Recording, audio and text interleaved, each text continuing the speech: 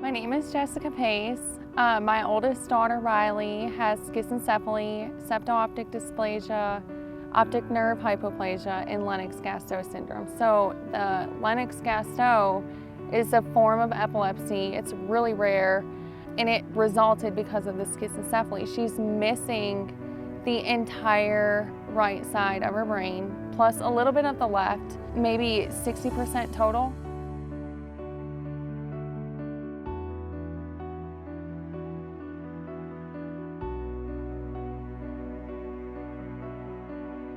The doctors told us she was having seizures, but they were subclinical, which is inside your brain. It's not like a physical seizure. For somebody that didn't understand epilepsy before my child had it, we would have never known that that's what it was. She started the first medication and it didn't work. And she was on that one, I think, like 6 months to a year before they decided to try something else. They don't like to keep you on seizure meds too long because you can have organ damage and really severe issues from medication. And they're all benzodiazepine, so it takes a toll on the body.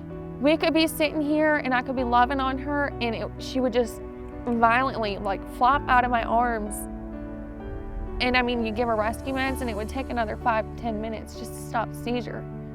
So we were going through so much rescue med that insurance was denying it. The last 6 months that we lived in Mississippi, I mean, it was so bad that my family was having to not work. My sister wasn't working, my parents weren't working, my in-laws weren't working because things were that bad. You know, we were preparing to say goodbye to her.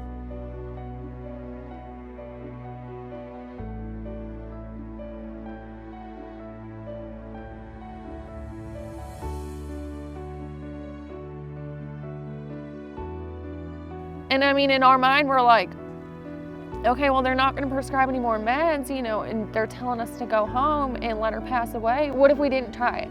And now that she's this far seizure-free, I look back a lot and I'm like, what I would give to turn back time and leave sooner.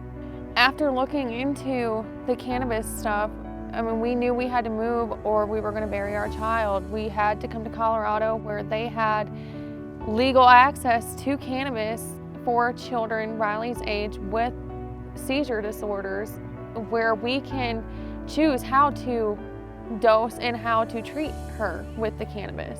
And it was the only option that we had left at that point after failing 9 pharmaceuticals. It was that or bury her. October 10th of this year will be 3 years without a seizure. And that's the longest she's ever went in her entire life. She had her first clean EEG this year as well. I mean, that's a big deal for a kid that's got half of her brain, that there's no seizing going on, where there used to be constant seizures.